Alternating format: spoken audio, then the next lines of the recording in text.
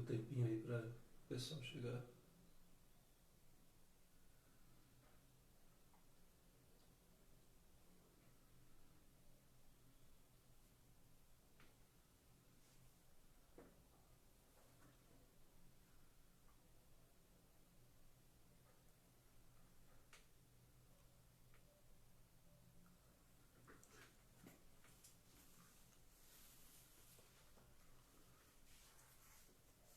Bom dia.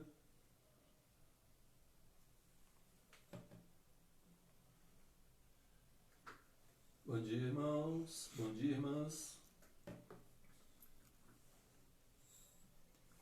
Vamos nos achegando. Vamos iniciar nossa meditação dessa manhã, né, de domingo, da nossa escola dominical. Hoje, um dia especial, Dia das Mães, dia para nossas queridas, amadas mamães. Que Deus abençoe a vida de cada uma de vocês. Vamos aguardando.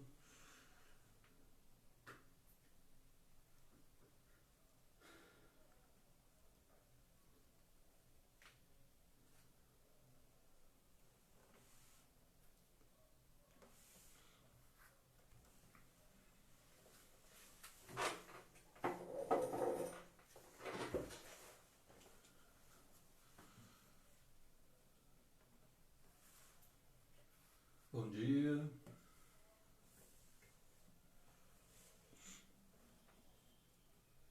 Vai manifestando a sua chegada aí para nós darmos início, né, ao nosso estudo dessa manhã. Hoje, domingo especial das mães. Quero parabenizar aí a todas as mamães da nossa Igreja Presbiteriana Betel, bem como todas as mamães aí do nosso grupo de amigos do Facebook. Você que está nos ouvindo, nos acompanhando, Deus abençoe a sua vida, a sua família, especialmente você que é mamãe, que é vovó, que Deus te abençoe ricamente. Vamos iniciar então com a oração, já que alguns irmãos já se achegaram. Vamos orar. Pai querido, obrigado por essa manhã abençoada na Tua presença. Te louvamos, ó Deus, pela dádiva da vida. Ó Deus, especialmente nessa manhã te louvamos porque pelos instrumentos do Senhor para nos trazer a vida, ó Deus, que são as nossas mães. E o Senhor, ó Deus, abençoe as tuas servas, abençoe cada mamãe, ó Deus, da nossa igreja, ó Deus, cada mamãe serva do Senhor, cada mamãe, ó Deus, que foi usada pelo Senhor para trazer a vida, um instrumento para o teu louvor, para a tua glória. Obrigado, Senhor, por essas vidas preciosas. Ó Deus, elas passam por muitas lutas e angústias durante as suas vidas e estão angustiadas também, ó Deus, nestes dias de isolamento. Rogamos que o Senhor, ó Deus, as ampare de uma forma especial, consolando, confortando, fortalecendo-as. Em nome de Jesus, ó Pai, nós oramos pelas nossas mamães, mas te louvando porque tudo é dádiva do Senhor e é o Senhor quem nos sustenta dia após dia. Oramos que o Senhor, ó Deus, fale aos nossos corações nessa manhã abençoada, conduzindo todas as coisas para o teu louvor, para a tua honra e para a tua glória. Que a tua palavra, ó Deus, aplicada pelo teu Espírito Santo, entre em nossas mentes e corações, nos desafiando, ó Deus, e nos trazendo de fato a uma mudança de vida, assim. Em nome de Jesus é que nós te pedimos e te agradecemos. Amém e amém. Louvado seja o nosso bom Deus. Bom dia a todos. Vamos abrindo nossas Bíblias, você que está aí nos acompanhando com a Bíblia na mão, né? Vamos abrir nossas Bíblias no Salmo 19, a excelência da criação e da palavra de Deus. Deus fala por sua revelação, né? E ele diz assim, Salmo 19, os céus proclamam a glória de Deus e o firmamento anuncia as obras das suas mãos. Um dia discursa a outro dia e uma noite revela conhecimento a outra noite. Não há linguagem, nem há palavras, e deles não se ouve nem um som. No entanto, por toda a terra se faz ouvir a sua voz, e as suas palavras até aos confins do mundo. Aí pôs uma tenda para o sol. o qual, como noivo que vai dos seus aposentos, que sai dos seus aposentos, se regozija como herói a percorrer o seu caminho. Principia numa extremidade dos céus e até a outra vai o seu percurso, e nada refoge ao seu calor. Versículo 7. A lei do Senhor é perfeita e restaura a alma. O testemunho do Senhor é fiel e dá sabedoria aos simples. Os preceitos do Senhor são retos e alegram o coração. O mandamento do Senhor é puro e ilumina os olhos. O temor do Senhor é límpido e permanece para sempre. Os juízos do Senhor são verdadeiros e todos igualmente justos. São mais desejáveis do que ouro, mais do que muito ouro depurado, e são mais doces do que o mel. Além disso, por eles se admoesta o teu servo em os guardar a grande recompensa. E quem há que possa discernir as próprias faltas? Absolve-me das que me são ocultas. Também da soberba, guarda o teu servo, que ela não me domine. Então serei irrepreensível e ficarei livre de grande transgressão. As palavras dos meus lábios e o meditar do meu coração sejam agradáveis na tua presença, Senhor, rocha minha e redentor meu. Louvado seja o Senhor pela sua palavra, né? E de um modo especial lida, e pela sua palavra que entra em nossas vidas, que transforma as nossas vidas. E é sobre isso que nós vamos falar hoje, nessa manhã. Embora seja uma manhã de domingo, nós não vamos interromper essa sequência de estudos no livro de na Epístola aos Efésios, né, capítulo 6. Vamos dar sequência ao nosso estudo hoje falando sobre a espada do Espírito, que é a palavra de Deus. Antes vamos louvar o nosso bom Deus, então, com um cântico, o hino 351 do nosso inário, novo cântico.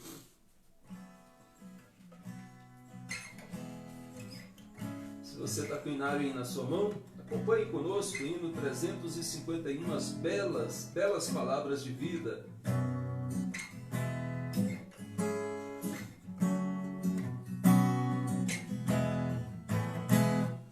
Quero ouvi-las mais uma vez, belas palavras de vida, narram tudo que Cristo fez, belas palavras de vida, elas vêm de cima, seu poder anima, que alegres são essas palavras de vida, que alegres são essas palavras de vida. Só Jesus Cristo a todos dá belas palavras de vida. Sem Jesus salvação não há, belas palavras de vida. Em amor conclama, para o céu te chama, que alegres são essas palavras de vida. Que alegres são essas palavras de vida. Só Jesus Cristo é Salvador, belas palavras de vida. Quer salvar todo pecador, belas palavras de vida. Ele vivifica e nos purifica. Que alegres são essas palavras de vida.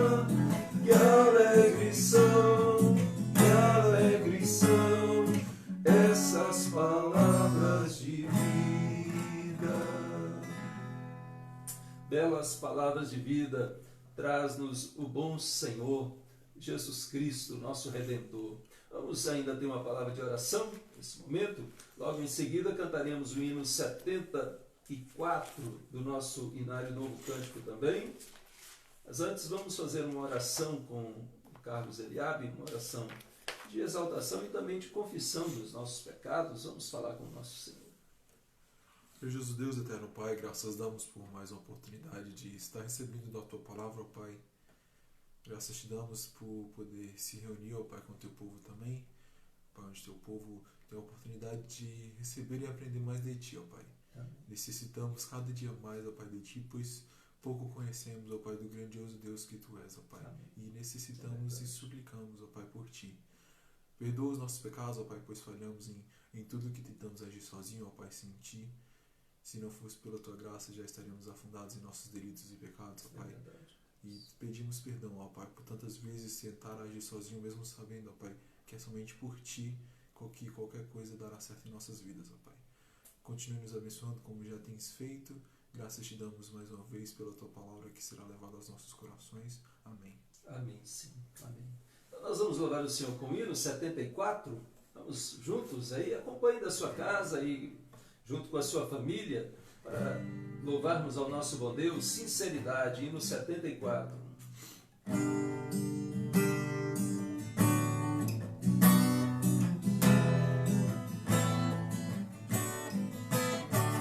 Jesus, Senhor, me achego a Ti, Tua ira santa mereci, o Teu favor estende aqui, aceita o pecador.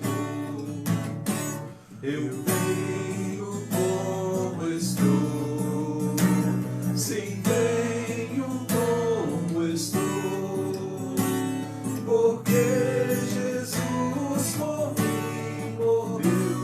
Eu venho como estou, as minhas culpas grandes são, mas Tu que não morreste em vão, me podes conceder perdão, aceita o pecador. Eu venho como estou, sim, venho como estou, porque Jesus por mim morreu. Eu venho como estou. Ó, vem agora, Salvador, livra-me por Teu grande amor, pois Tu, Jesus, és meu Senhor, aceita o pecador. Eu venho como estou, sim, venho como estou, porque Jesus por mim morreu. Eu venho como estou.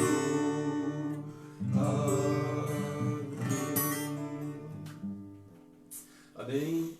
Mais uma vez, bom dia a todos, bom dia a todas as mamães, hoje aí que estão nos acompanhando nesse momento de live, acompanhando a reflexão na Palavra de Deus. Mais uma vez, parabéns, mamãe, que Deus te abençoe ricamente. Vamos abrir então nossas Bíblias para a nossa reflexão desta manhã. Efésios capítulo 6, faremos a leitura dos versos 10 ao 20, mas na nossa ênfase hoje será no versículo 17, na parte B, né, sobre a espada do Espírito. Diz assim, Efésios 6:10: Quanto ao mais, sede fortalecidos no Senhor e na força do seu poder, revestivos de toda a armadura de Deus para poderdes ficar firmes contra as ciladas do diabo.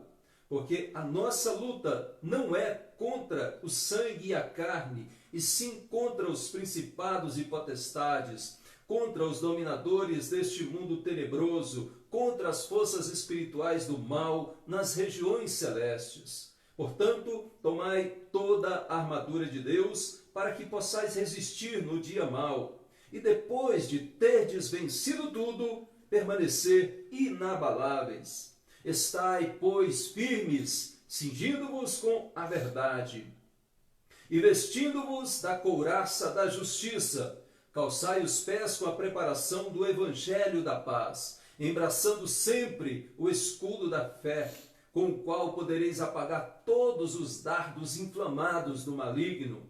Tomai também o capacete da salvação e a espada do Espírito, que é a palavra de Deus, com toda oração e súplica, orando em todo o tempo no Espírito, e para isso vigiando com toda perseverança e súplica por todos os santos, e também por mim, para que me seja dada, no abrir da minha boca, a palavra para com intrepidez fazer conhecido o mistério do Evangelho, pelo qual sou embaixador em cadeias, para que em Cristo eu seja ousado para falar, como me cumpre fazê-lo.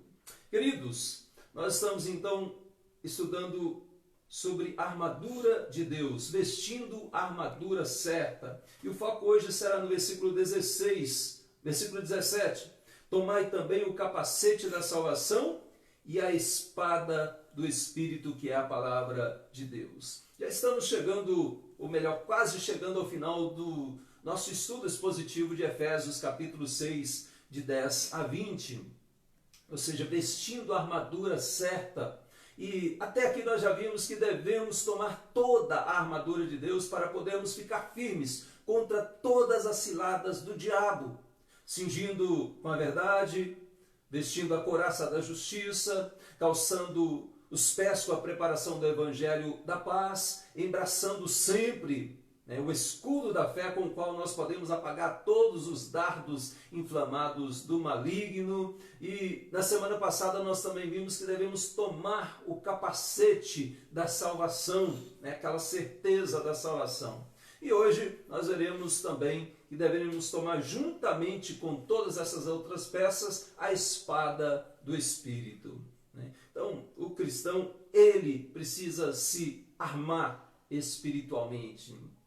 É claro que muitos têm se posicionado com relação ao armamento da população, que é um tema em discussão nos nossos dias, Armamento ou desarmamento? Uns são contra, outros são neutros, outros são a favor, e se posicionam consoante suas análises de textos bíblicos, referindo-se a este tema em especial. Mas nenhum cristão, de forma alguma, poderá jamais ser neutro ou a favor do desarmamento espiritual, nem de forma teórica e nem de forma prática. Todos nós precisamos, de fato, estar armados. O inimigo, ele tem as suas armas espirituais para essa batalha ferrenha que nós travamos diariamente.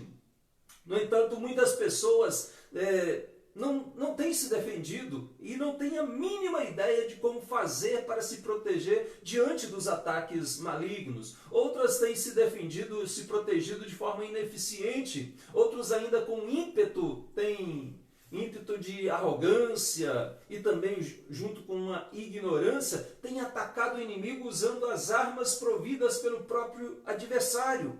E isso não tem poder nenhum contra o nosso inimigo.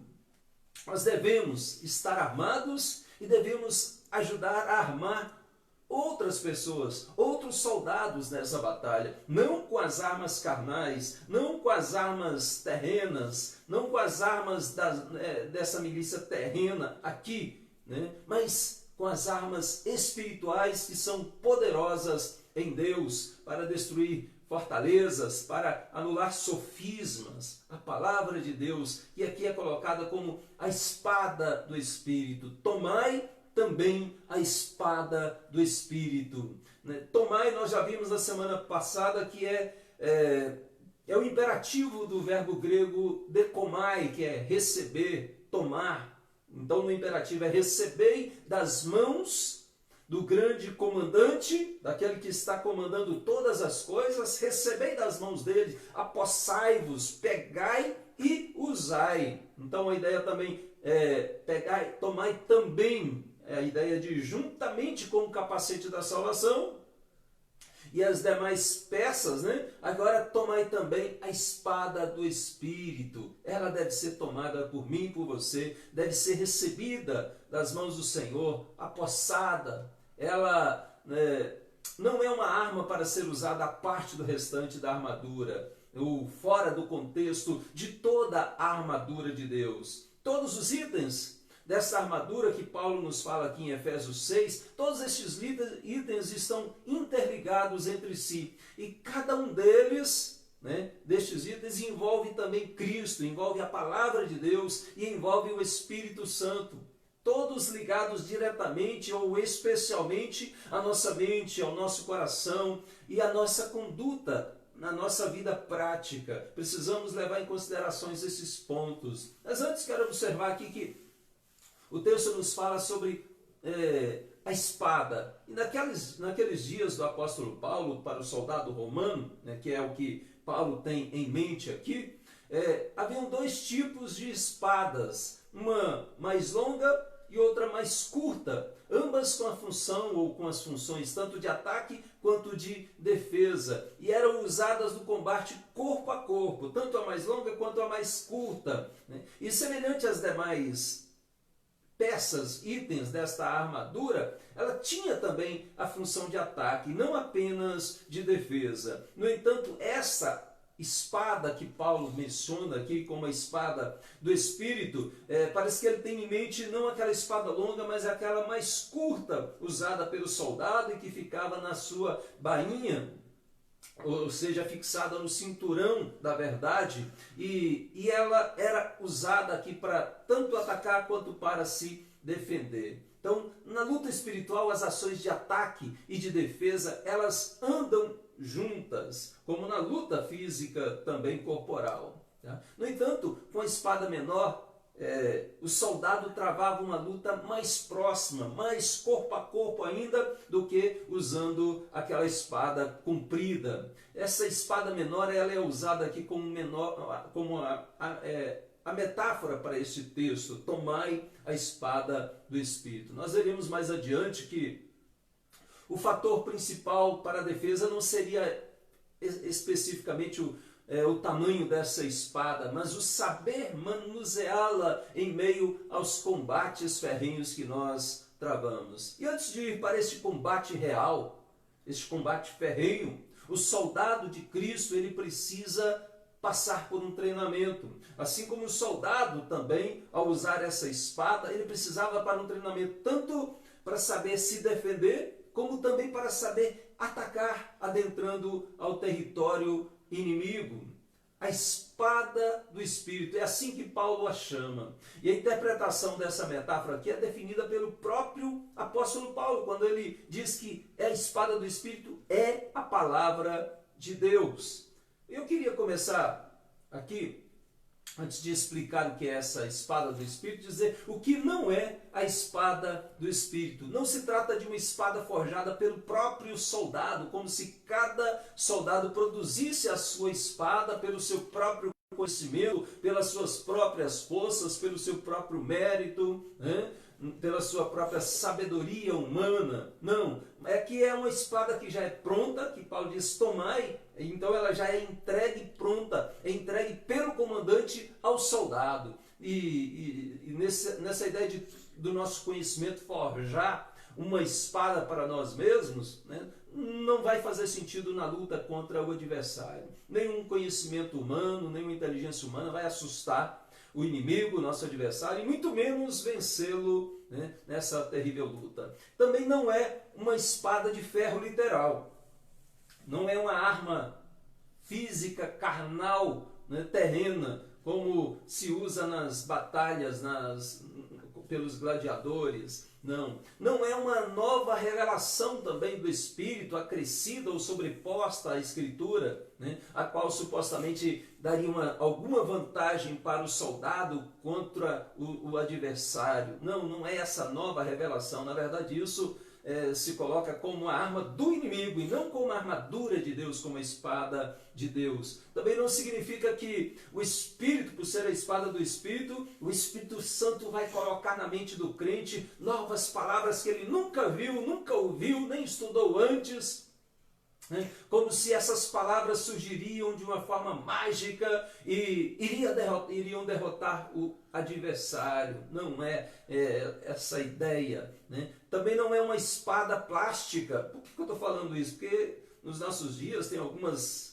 igrejas, alguns religiosos que têm vendido algumas espadas plásticas, dizendo essa é a espada que vai matar o seu adversário, que vai derrotar o seu inimigo, né? É a espada do Espírito. Então não é essa vendida em campanhas por esses falsos mestres, falsos profetas, que usam dessas artimanhas para poder enganar as pessoas. Essa espada plástica, ainda que ungida, ainda que consagrada, não vai ter poder nenhum contra o nosso adversário espiritual. Também não é um livro místico para se ter na estante, né? Abrindo, por exemplo, no Salmo 91 ou no Salmo 23 e deixar lá como se isso fosse espantar os poderes das trevas, e então o diabo não vai se aproximar porque está aberto no Salmo, a Bíblia está aberta no Salmo 91, e nem muito menos pegam a Bíblia fisicamente para poder bater na pessoa que discorda de você, ou que esteja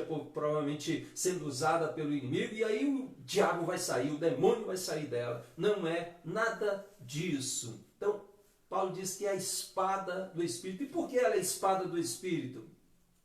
Primeiro, por causa da sua origem, né? Ou seja, ela é inspirada pelo Espírito Santo. 2 Timóteo, capítulo 3, versículo 16, diz que toda a Escritura é inspirada por Deus, ela é útil para o ensino, para a repreensão, para a correção, para a educação na justiça. Então, toda a Escritura é inspirada. E Pedro nos diz que porque nunca, jamais, qualquer profecia foi dada por vontade humana. Entretanto, homens santos falaram da parte de Deus, movidos pelo Espírito Santo. Então a origem dela é o Espírito, ela é sagrada porque é palavra de Deus, do Espírito Santo, dada por Deus, dada pelo Espírito Santo. Ainda que a espada esteja em nossas mãos, ela não é nossa, ela é do Espírito. E podemos dizer então que ela também é de Cristo, é do Espírito Santo e é a palavra do próprio Cristo. Então ela é a espada do Espírito por causa da sua origem divina, mas também por causa do seu ensino espiritual. O Espírito Santo é o mestre que nos ensina a própria palavra de Deus, ou seja, ele fala conosco através das Escrituras Sagradas. Como o próprio Calvino disse uma frase muito importante que diz: quando a Bíblia é aberta e pregada com fidelidade, é o próprio Deus falando, é o próprio Deus nos ensinando. Então, ela é de origem divina e é um ensino divino, porque é um ensino divino para as nossas vidas, é um ensino espiritual para os nossos corações. Então, a palavra é a revelação especial de Deus para guiar o homem, né, em meio à sua vida e também nessa batalha espiritual. Porque a palavra é a revelação de Deus, ele se revela a si mesmo em sua palavra, e ele revela a sua vontade em sua palavra. E isso de um modo especial para mim e para você. Então, é por meio dela, da palavra de Deus, de modo ordinário, né, que o Espírito vai nos guiar, que o Espírito vai nos ensinar, que o Espírito vai nos orientar, que o Espírito vai nos lembrar, que o Espírito vai nos convencer, e assim por diante. É pela palavra. Então é nela e por ela que o Espírito vai de fato nos ensinar. Por isso que ela é a palavra do Espírito, por causa da sua origem, do ensino, mas também por causa do seu poder transformador, que é um poder que cria e que sustenta todas as coisas. A Bíblia diz que o universo foi formado pela palavra e o Espírito de Deus estava ali presente nos atos da criação de todas as coisas. No princípio criou Deus os céus e a terra, porém era sem forma e vazia, e o Espírito de Deus pairava por sobre a face do abismo, por sobre as águas. Então o Espírito sempre esteve presente. E o autor de Hebreus deixa isso bem claro quando ele diz que pela fé entendemos que o universo foi formado pela palavra de Deus. De maneira que o visível veio a existir de coisas que não aparecem. Ou seja, é a palavra de Deus que criou todas as coisas. É uma citação, uma referência a Gênesis capítulo 1, versículo 3, quando diz que Deus, e disse Deus, haja luz e houve luz. Né? Haja luz e houve luz. E é claro que além de envolver a terceira pessoa da Trindade, envolve também a primeira pessoa da Trindade, esse aspecto, né? Envolve o Filho, o Logos divino, a palavra de Deus encarnada, né? E João cita isso lá no capítulo 1 do seu Evangelho, quando ele diz que no princípio era o Verbo, e o Verbo estava com Deus, e o Verbo era Deus. Ele estava no princípio com Deus, todas as coisas foram feitas por intermédio dele, e sem ele, sem Jesus, sem o Verbo de Deus, nada do que foi feito se fez. Ele diz no versículo 14, a vida estava nele, diz que o Verbo se fez carne, né? O Verbo se fez carne e habitou entre nós, cheio de graça e de verdade, e vimos a sua glória, glória como do unigênito do Pai. E o autor de Hebreus, ele vai dizer que nestes últimos dias, Deus nos falou pelo Filho, pelo Verbo encarnado, a quem Deus constituiu como o herdeiro de todas as coisas e pelo qual também, por Jesus, foi feito o universo, foi formado o universo. Então Jesus é o resplendor da glória e expressão exata do ser de Deus, sustentando todas as coisas pela palavra do seu poder, como diz o autor de Hebreus capítulo 1, no versículo 3, sustentando todas as coisas pela palavra do seu poder. É o Verbo de Deus, o Verbo encarnado, que não só criou todas as coisas, mas também sustenta todas as coisas. Então a palavra é a palavra do Espírito por causa também do seu poder criador e do seu poder sustentador. É a palavra de Cristo, é a palavra do Espírito. Então o contexto desta passagem e o contexto de toda a Escritura Sagrada, ela vai nos mostrar que revestir-se da armadura de Deus é revestir-se do próprio Cristo, é encher-se também do Espírito Santo. No capítulo 5, antes aqui, Paulo está dizendo, enchei-vos do Espírito Santo. Né? Então a ideia é a continuidade e na sequência ele vai falar sobre a armadura. Então uma das formas de nós, de fato, nos vestirmos da armadura, é enchermos-nos de Cristo e é enchermos-nos do Espírito Santo em nossas vidas. Então a palavra é a espada do Espírito, por causa da sua origem, por causa do seu ensino e por causa do seu poder, que é um poder criador, sustentador, mas também é um poder destruidor.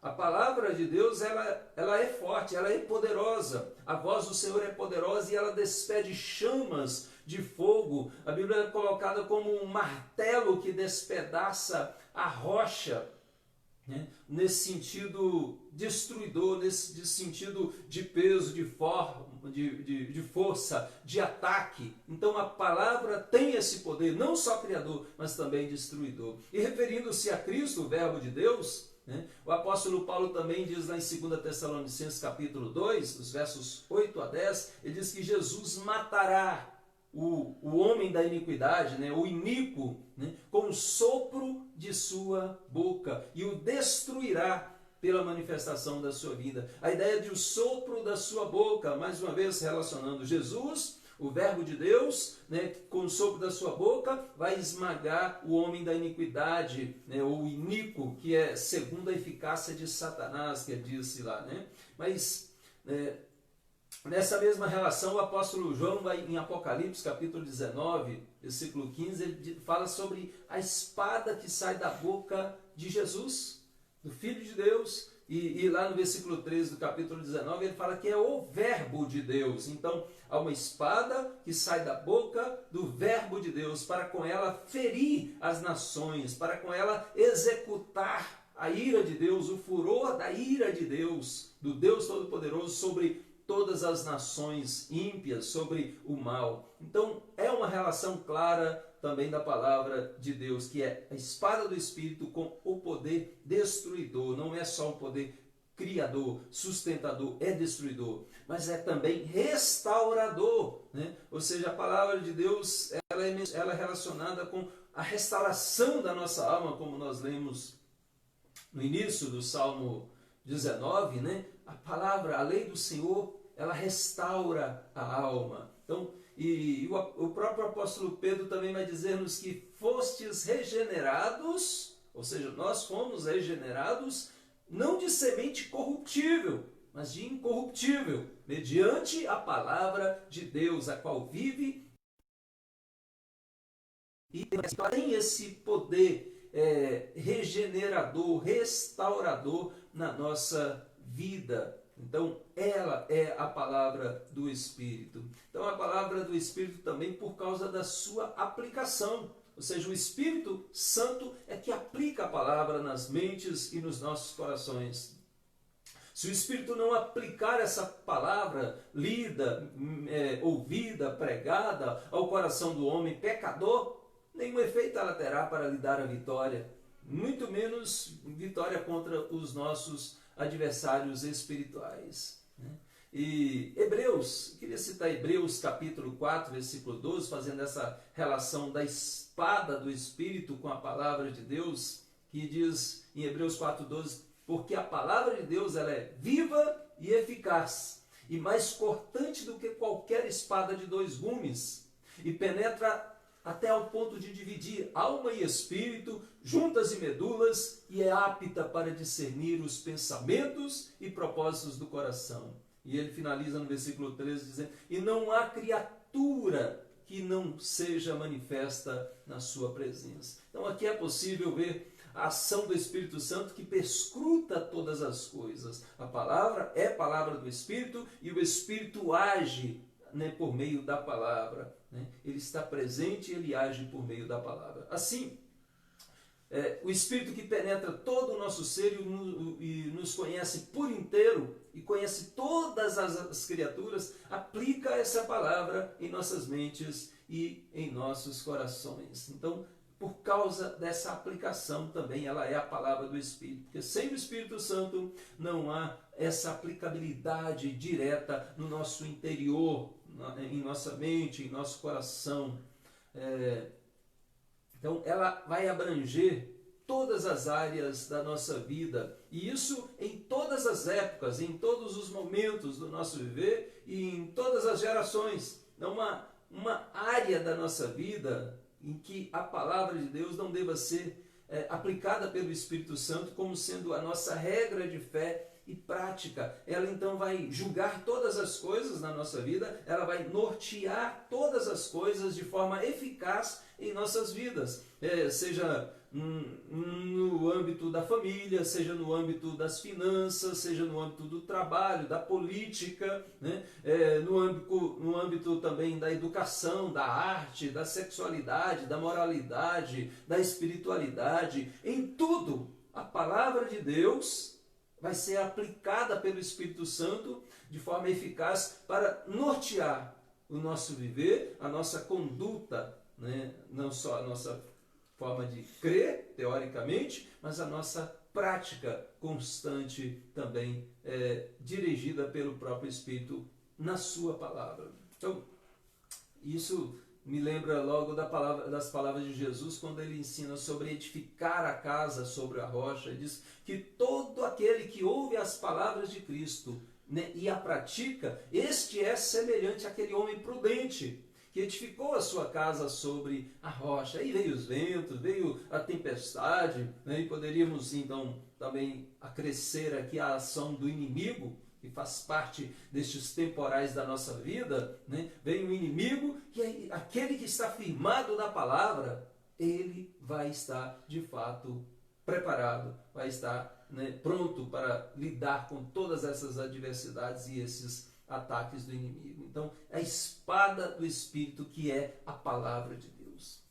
E a palavra de Deus aqui envolve todos os 66 livros, né, da Escritura, os 39 do Antigo Testamento e os 27 do Novo Testamento, e envolve tudo o que está na Escritura Sagrada. E isso como sendo a palavra de Deus, como sendo a verdade de Deus, não uma verdade relativa, subjetiva, que é manipulada conforme a conveniência pessoal de cada um. Não, mas é a verdade absoluta de Deus. E aqui é a verdade absoluta que é aferidora, que é norteadora de todas as demais verdades, de todas as coisas, porque a verdade é a revelação divina e não uma revelação humana. Então ela também envolve o caráter permanente da palavra. Quando diz que é a palavra de Deus, toda essa verdade absoluta é aquela que não passará, é aquela que nem um i ou um tio da lei vai passar, vai falhar, passa céus e terra, como diz Jesus, né? Mas a palavra dele não passará jamais. Então é essa palavra de Deus que é a espada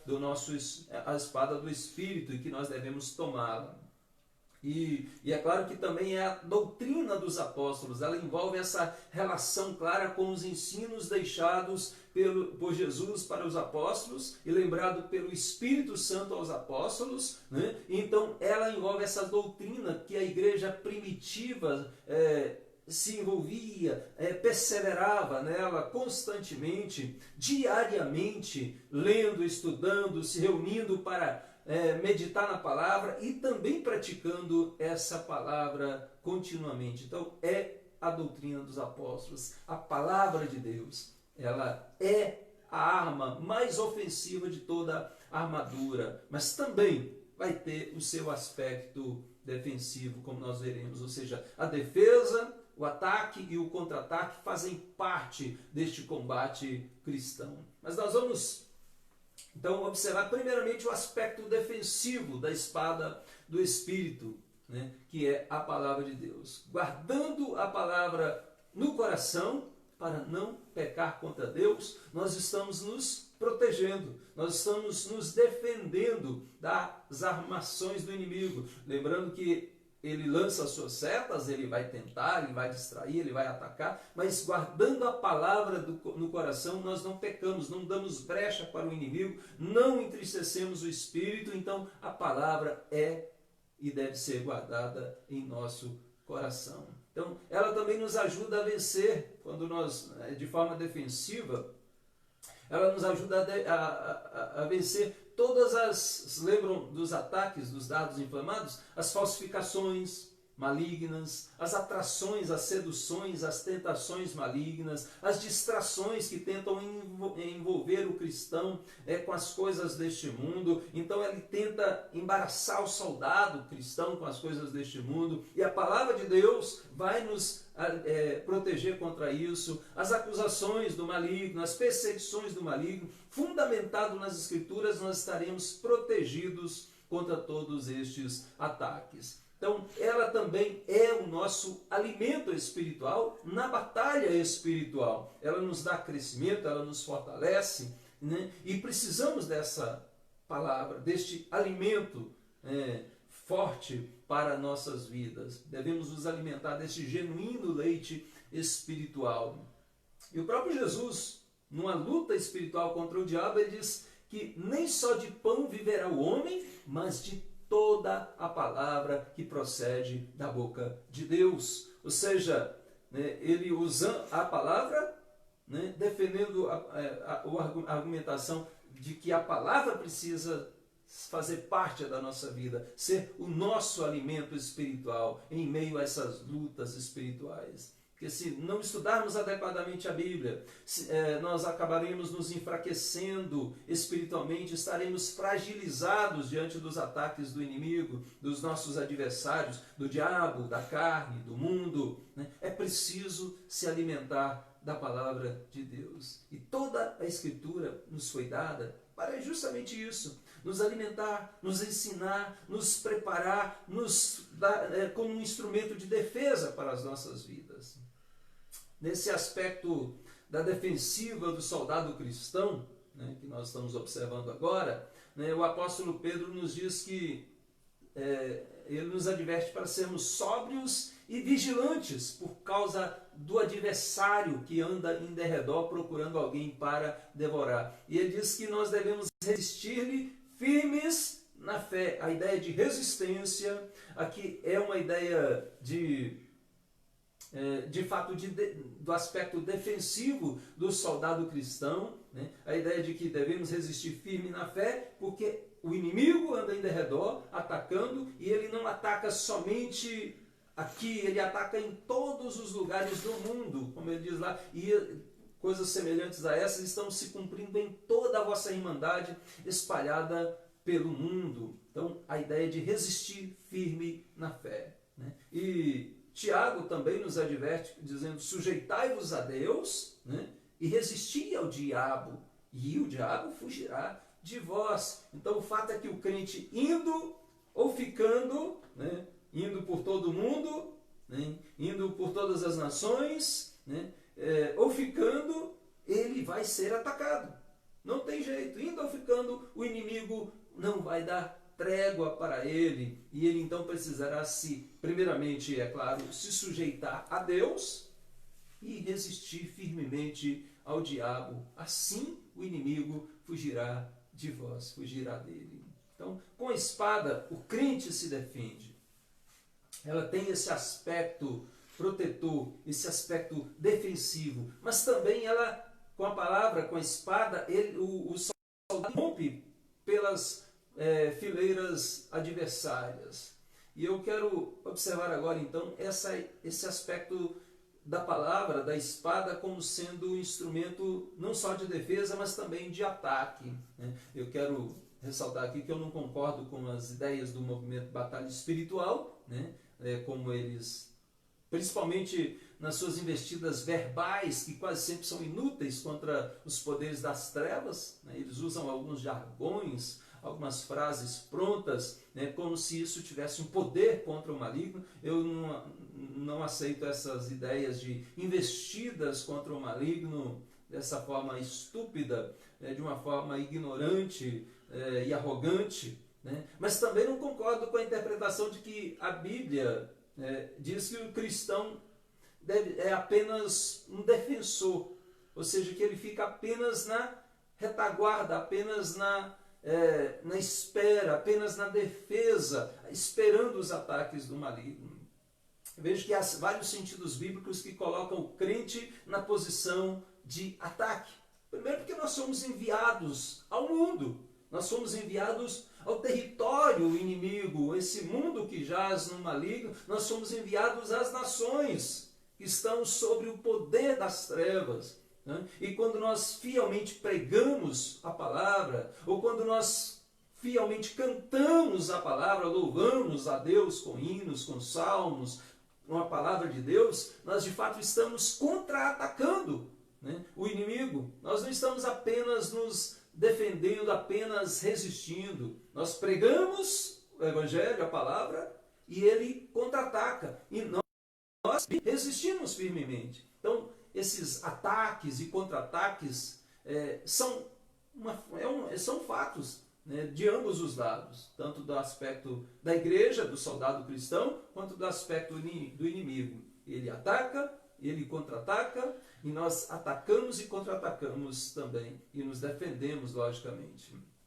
Então, quando a igreja também denuncia as injustiças e as mentiras, as corrupções que estão impregnadas na sociedade, na política ou na própria igreja, quando a igreja denuncia essas injustiças e essas mentiras e corrupções, ela está contra-atacando também.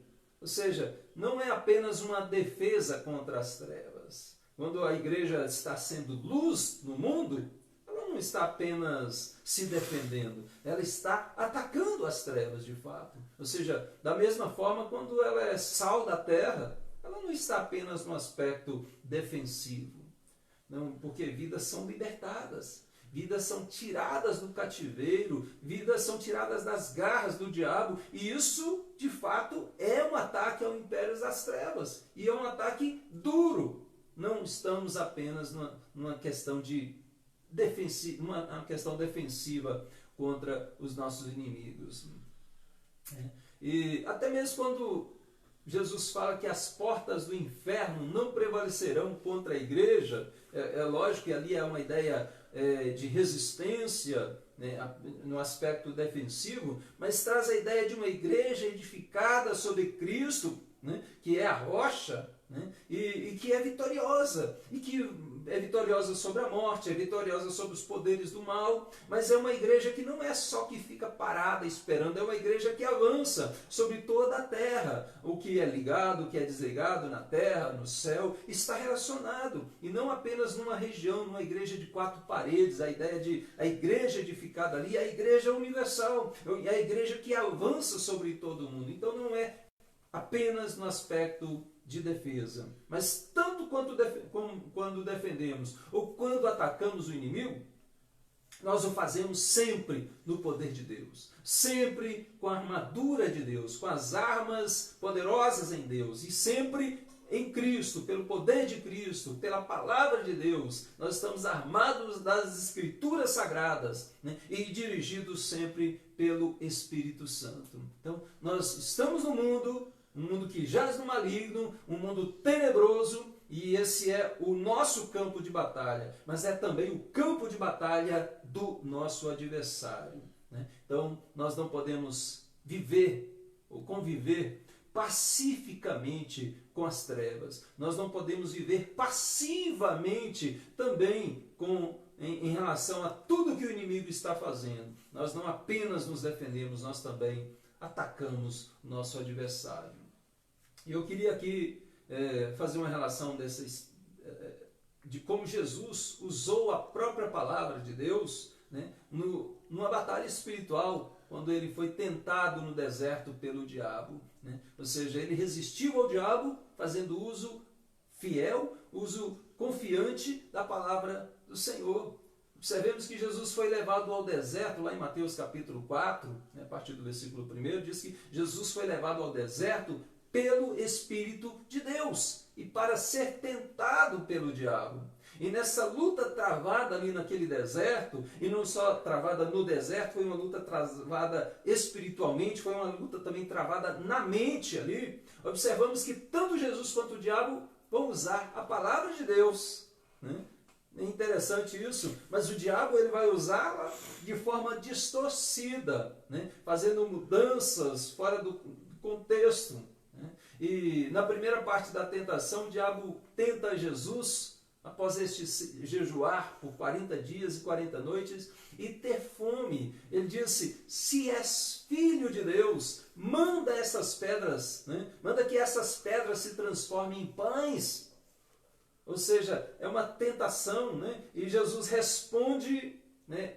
Está escrito, está escrito. E o que Jesus responde para ele? Não só de pão viverá o homem, mas de toda a palavra que procede da boca de Deus. Ou seja, está escrito, ele cita Deuteronômio capítulo 8, versículo 3, né, que é de toda a palavra de Deus que o homem vive. Ele não se alimenta apenas de pão, de coisas materiais físicas, mas da palavra que alimenta a nossa alma. E Jesus estava ali com fome, mas ele estava alimentado espiritualmente, e ele resiste à tentação de Satanás, né?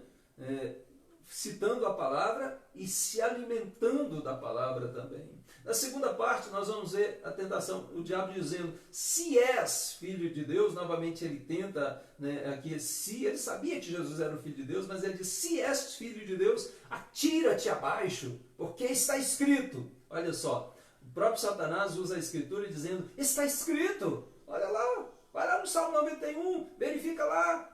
Ele diz que aos seus anjos ordenará a teu respeito para que te guardem. Eles te sustentarão nas suas mãos para não tropeçares em alguma pedra. Está lá escrito. Está ou não está? Mas Jesus lhe respondeu, também está escrito, não tentarás ao Senhor teu Deus. E aí a citação de outro texto de Deuteronômio, agora no capítulo 6, versículo 6. Também está escrito, não tentarás o Senhor teu Deus. Na terceira parte da tentação, levou ainda o diabo, né, a um alto monte, né, e mostrou-lhe todos os reinos deste mundo e a glória deles, e lhe disse, tudo isso te darei se prostrado me adorares.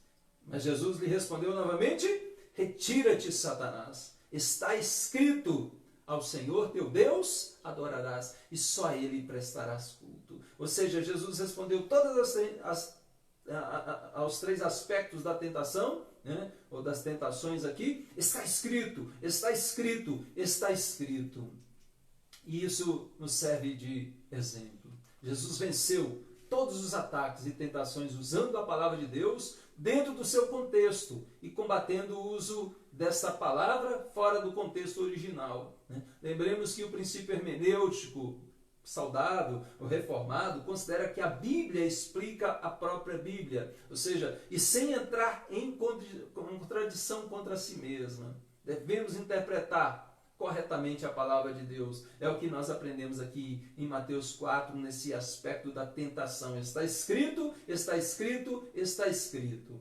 Contradizendo aí a ideia de Satanás de estar escrito fora do seu contexto. Então, mesmo que seja um pequeno desvio da palavra, será palavra de homem, não palavra de Deus. Devemos conferir a Escritura com a Escritura sob a iluminação do Espírito Santo de Deus.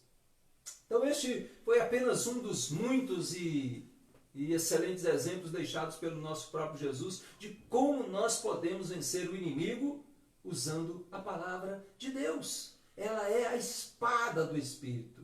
Ele venceu, Jesus venceu por nós, para que nós fôssemos mais que vencedores e usássemos esses mesmos métodos e ensinamentos que ele nos deixou. Então essa guerra espiritual, ela seria impossível de vencer por nós, ser vencida por nós, se não fosse pelo poder de Deus, se não fosse pelo poder de Cristo, pelo poder da palavra, pelo poder do Espírito Santo. Então precisamos nos revestir, tomar, empunhar essa palavra do Espírito.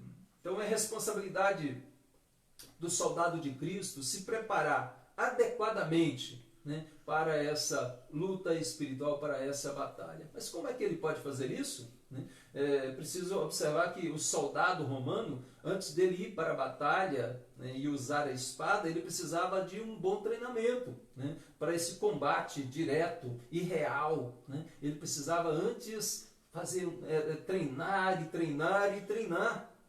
E nós, considerando que a espada é a palavra de Deus, é a espada do Espírito, precisamos conhecer a palavra de Deus. Errais não conhecendo as Escrituras, nem o poder de Deus. Então, muita gente, em meio a essa luta espiritual, tem perecido, tem sofrido, justamente por não conhecer a palavra de Deus. Então, o ato de estudar a Bíblia é fundamental. Decorar versículos e textos inteiros da Bíblia, isso é muito importante. Mas eu quero dizer que, por si só, apenas decorar versículos e textos da Bíblia não configuram a preparação necessária de um soldado para o combate. Mesmo que este ainda faça um curso de teologia até completo, não é apenas um assentimento teórico na mente do soldado cristão. O soldado bem treinado aqui é aquele que não só é conhecedor da palavra, mas também confia na Bíblia, confia na palavra de Deus, ele é fiel à palavra de Deus, ele é reverente à palavra de Deus, e ele coloca essa palavra de Deus em prática, não apenas de forma teórica na sua vida, citando ela verbalmente. Então é aquele que guarda a palavra no coração. Então a ideia de preparar essa é conhecer, mas é confiar nela, é de ser fiel a ela, de ser reverente a ela e colocar essa palavra de Deus em prática no seu viver diário. Ou seja, ele guarda a palavra no coração para não pecar contra Deus. Ele a mantém na bainha, a bainha do cinturão da verdade, que tinha um espaço para que essa espada menor fosse colocada ali, mas ela era usada sempre que necessário. Então, o soldado cristão faz um bom uso dessa palavra. Então, é muito importante que o cristão, para ser preparado adequadamente, ele participe dos estudos bíblicos da igreja, ele participe das escolas dominicais, que ele participe, e ele mesmo leia, medite, estude a Bíblia, aprofundando os seus conhecimentos, né, das Escrituras Sagradas. É preciso que ele se envolva, né, e até estude em casa, pessoalmente, né, não apenas no estudo bíblico durante a semana ou na escola dominical, que é pequeno o tempo, né, pouco tempo que nós temos para ali estudar toda essa profunda Escritura Sagrada. Né? E precisamos tirar tempo para nos preparar adequadamente para essa batalha. Que assim como o machado, né, para funcionar bem, para executar bem a sua função, ele precisa ser afiado, e afiado constantemente. Assim também a espada, ela precisa ser afiada, ainda mais se considerarmos aqui a espada de 2 gumes, né? A espada que corta dos 2 lados, ela precisa ser afiada dos 2 lados, tanto no aspecto teórico, quanto no aspecto prático. Eu conheço a palavra, estudo a palavra e eu vivo. E vou me preparando e vou afiando cada dia mais. E é claro que essa afiação é obra do Espírito Santo em nossas vidas. E isso vai acontecer quando o soldado medita na lei do Senhor, de dia e de noite. Quando o soldado começa a praticar essa palavra, quando ele estuda diligentemente a sagrada letra, a lei do nosso Deus. Então é este soldado cheio do Espírito Santo, né, que será como aquele obreiro que não tem de que se envergonhar, que maneja bem a palavra da verdade, como Paulo exorta ao seu filho na fé, Timóteo, né, o obreiro que maneja bem a palavra da verdade. É esse sentido de nós usarmos a espada do Espírito, que é a palavra de Deus. Não apenas teoricamente, mas manejá-la bem. E praticá-la, é claro. Então a vitória ela já está garantida, ela nos foi dada, né? Ela já nos foi concedida por Cristo. Cristo venceu por mim, ele já venceu o diabo, ele já venceu a morte, ele já venceu todos os poderes das trevas ali na cruz do Calvário. Ele já ressuscitou, já subiu aos céus em glória, e ele voltará. Mas toda essa vitória já foi dada por Cristo, mas isso não nos deixa livres para um despreparo. Temos que estar sóbrios, temos que estar vigilantes, temos que estar sempre preparados contra todos esses ataques do inimigo, vestindo a armadura certa, tomando a armadura certa. Né? E o que não é essa armadura certa, Paulo vai dizer lá no capítulo 4 da própria epístola aos Efésios, quando ele diz, no capítulo 4, versículo 18, isto, começando no versículo 17, ele diz, isto, portanto, digo e no Senhor testifico, que não mais andeis como também andam os gentios, na vaidade dos seus próprios pensamentos. Então a ideia de Paulo lá, contrário ao que é a palavra de Deus, a espada do Espírito, os gentios é que andavam na vaidade dos seus próprios pensamentos. E ele continua dizendo, obscurecidos de entendimento, alheios à vida de Deus por causa da ignorância em que vivem pela dureza do seu coração. Então, quando se anda na vaidade dos pensamentos, obscurecidos pelo próprio entendimento, então isso não é tomar a armadura certa. Né? Também, quando se busca uma ajuda, uma proteção, nesses chamados livros de autoajuda, não se encontrará nenhum poder contra o maligno, contra as trevas. Né? Esses livros de autoajuda irão até massagear o ego da pessoa, né? Mas não irão lhe abrir os olhos espirituais de forma alguma. Né? Elas não vão poder contemplar a realidade de si mesma, a realidade de Deus, a realidade do diabo, a realidade do mundo, da nossa batalha. Livros de autoajuda não são eficazes de forma alguma. Na verdade, são armas do próprio inimigo. Né? Então precisamos ficar vigilantes com relação a isso e tomar a armadura certa. As filosofias também humanas, elas não têm poder contra os poderes das trevas, por mais cultas que essas filosofias sejam, por mais inteligentes e bem elaboradas, né, que elas sejam. O diabo não teme palavras humanas, ele não teme esse conhecimento humano, ele não teme os sofismas, os jargões, o positivismo, eu posso isso, eu decreto aquilo, né? Não, eu vou pensar positivo, como se isso tivesse poder contra o inimigo. A eloquência, a aparência de sabedoria, nada disso irá proteger o soldado. Por isso é preciso tomar e se vestir da armadura certa, tomar a espada certa, que é a palavra de Deus. Mas nem mesmo a palavra de Deus, usada fora do contexto ou mal interpretada, como nós vimos, né? O diabo é que usa da palavra de Deus, tirando um versículo, né, de um texto, do texto, e usando para o seu pretexto, né? Então muita gente tem usado a palavra do Senhor para poder satisfazer, para poder corroborar as suas ideias pessoais. E isso é engano, isso é armadilha do inimigo, isso satisfaz os próprios propósitos do diabo, né? Então é uma brecha para que o inimigo engane e destrua as vidas. É preciso tomar a armadura certa e não apenas a palavra de Deus usada de forma equivocada. Porque há muitas falsas doutrinas por aí, né? O próprio Jesus já nos advertiu sobre na parábola do semeador. Ele diz que, né, que o semeador saiu a semear, e ele sai a semear a palavra, né? No entanto, o diabo vai atrás semeando o joio, né?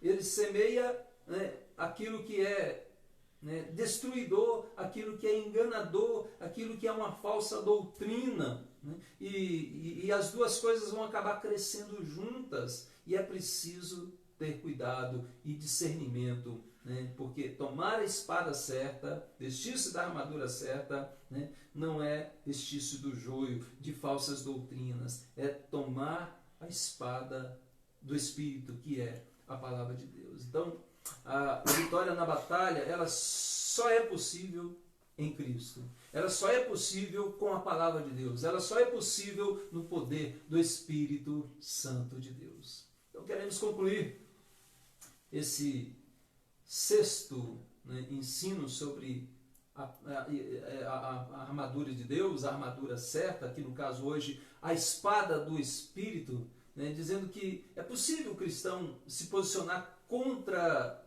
o desarmamento da população.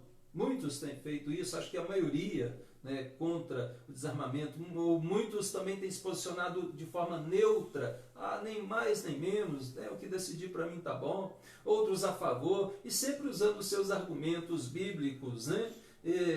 Isso aí é até tolerável, né, essas diferenças de opinião com relação ao desarmamento físico, né? Mas em hipótese alguma o cristão deve se posicionar neutro ou a favor do desarmamento espiritual. Lembremos-se disso. Seja na forma teórica, né?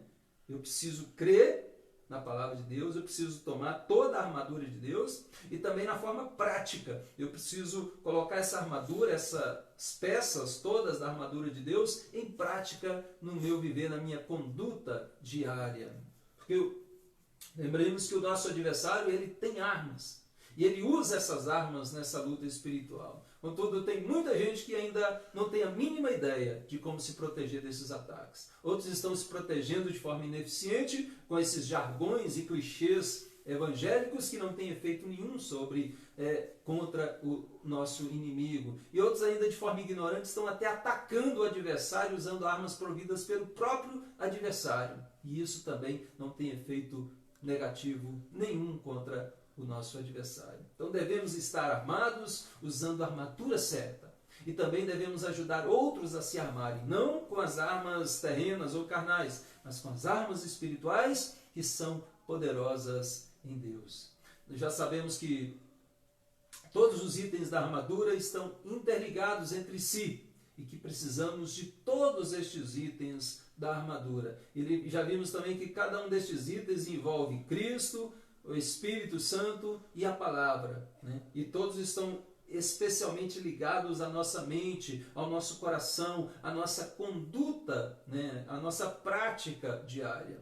E é justamente aí que o diabo quer atacar, né? Com com as suas muitas formas de agir. Ele quer atacar na mente, ele quer atacar no nosso coração, ele quer atacar na nossa forma de viver diariamente, na nossa conduta diária. Estejamos atentos, tomemos, tomai a espada do Espírito, que é a palavra de Deus. Lembremos que ela é originada, inspirada por Deus. Ela é o instrumento do Espírito para o nosso ensino. Ela é a revelação de Deus e da vontade de Deus para as nossas vidas. E não há nenhuma área sequer na nossa vida em que a palavra não deva ser a regra de fé e prática para o soldado cristão.